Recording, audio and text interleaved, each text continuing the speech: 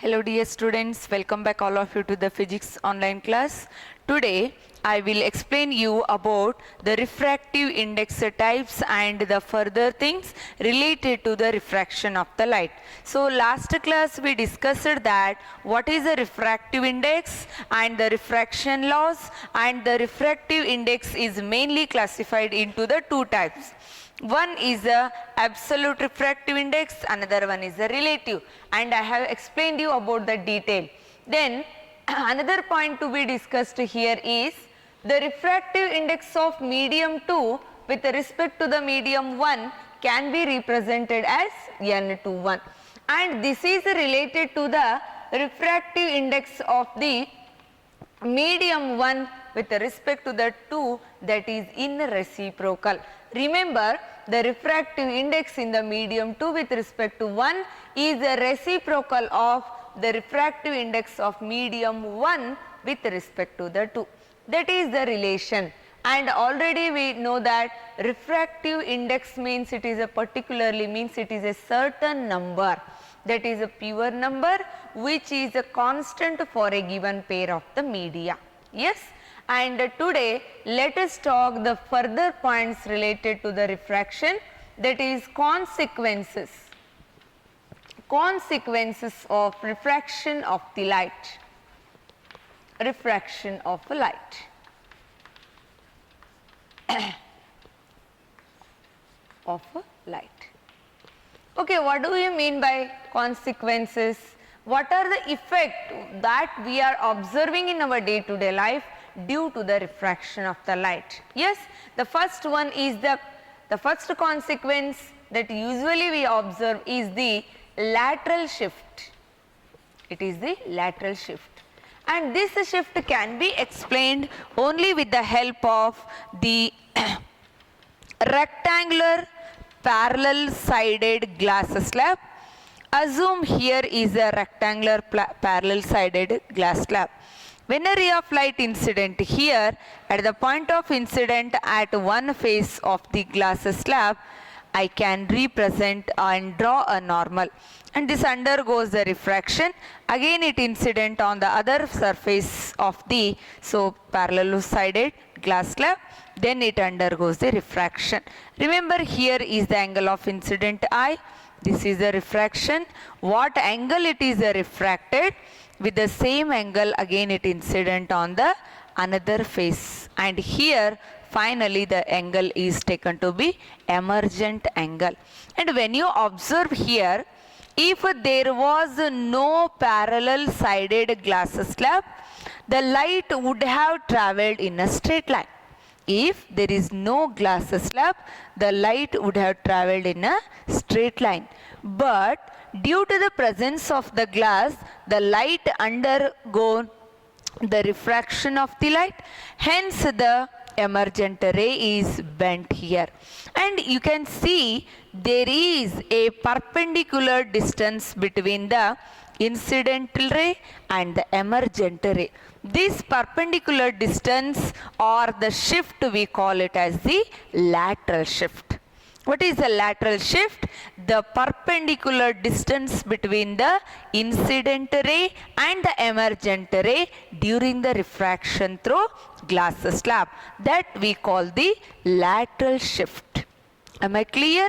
And the lateral shift is 0. Lateral shift is 0 if the angle of incident is equal to 0. That means if the light ray is incident along the normal line, then remember incident angle is 0. If the incident angle is 0, then definitely the angle of refraction is also 0. If both are 0, then the lateral shift value is also 0. And remember, dear students, due to this lateral shift only, when you hold a pen or the stick or whatever near the glass slab or a egg near the glass slab, it appears to be oval in a shape and bigger in a shape. That is because of the lateral shift, that is due to the refraction of the light. Yes, then the second consequence we are going to study is the normal shift. Normal shift. What do you mean by normal shift? Again, let me take one medium here. That means I take a bucket or any one vessel which is filled with the water, or I can say it is a denser medium, right?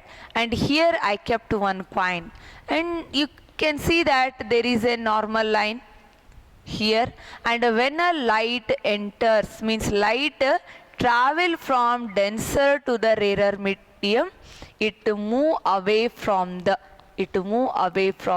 normal line, isn't it?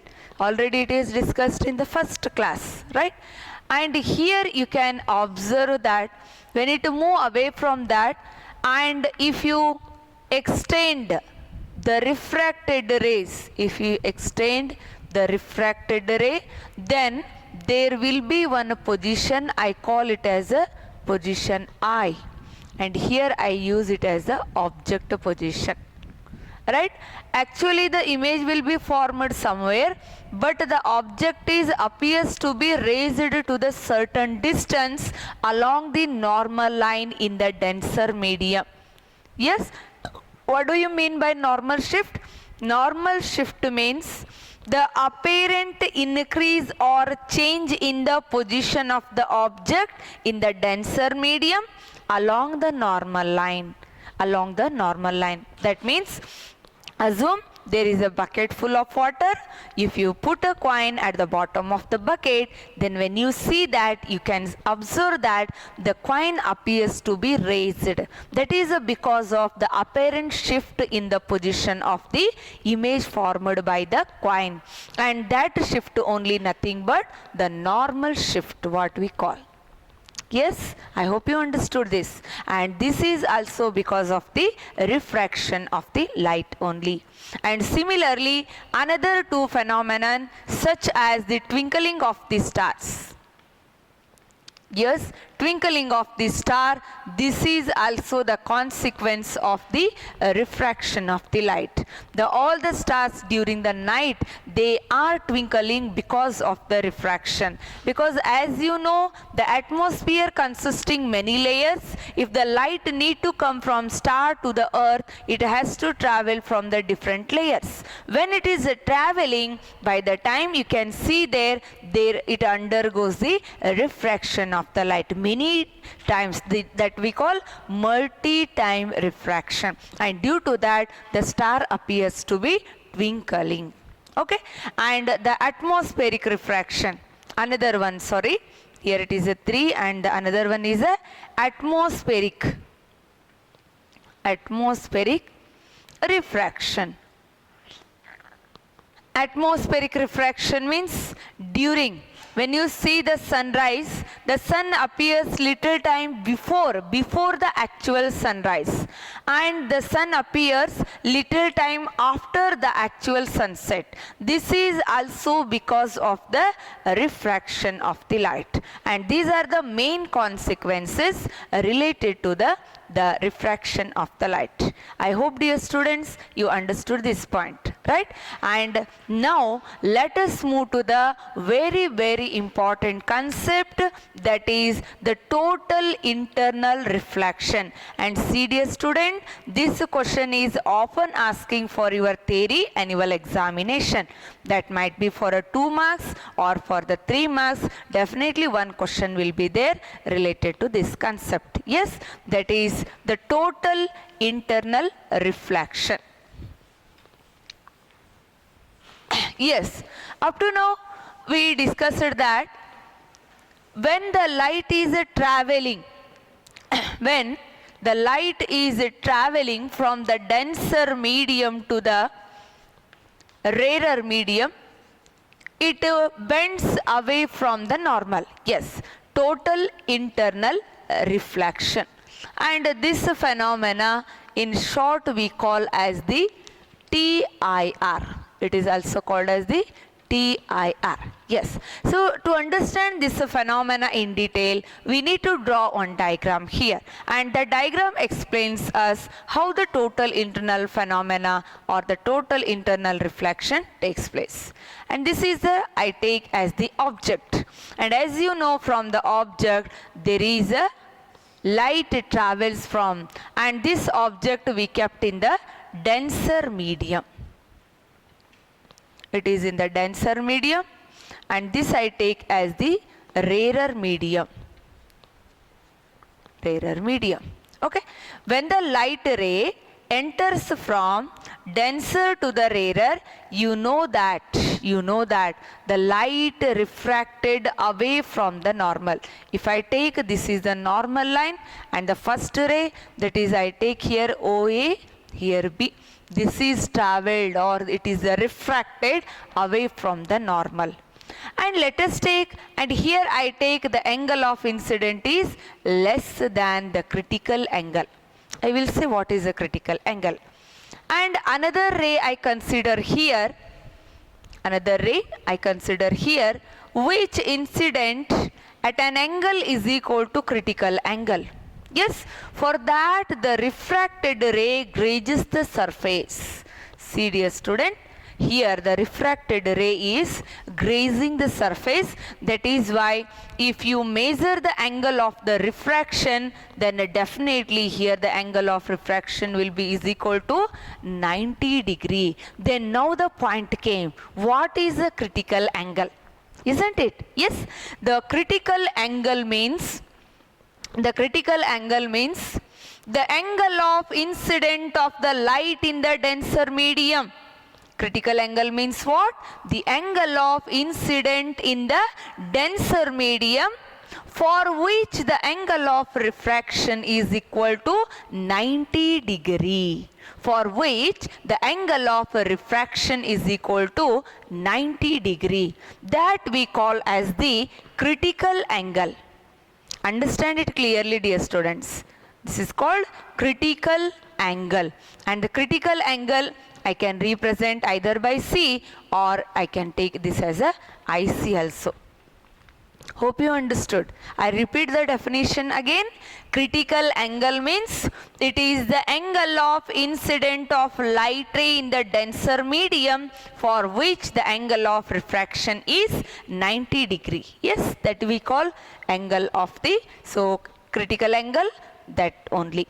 And see, another ray I will observe here, and I call this is as the CD. This as the CD. And let us take another ray here, and here I take the normal, and this ray I mention as a EF. See dear student, you are observing in each ray, you are observing different phenomena. Angle of incident is greater than the critical. What you have observed here? See, first, in the first ray, it shows you that if the incident, the ray incident from the denser to the rarer, the refracted ray is away from the normal. That is, the critical angle is less, sorry, incident angle is less than the critical. And at when the angle of incident is equal to critical angle, the angle of refraction is equal to 90 degree. That means the second ray shows when the OC incident with an angle equal to critical angle, the angle of refraction is 90 degree.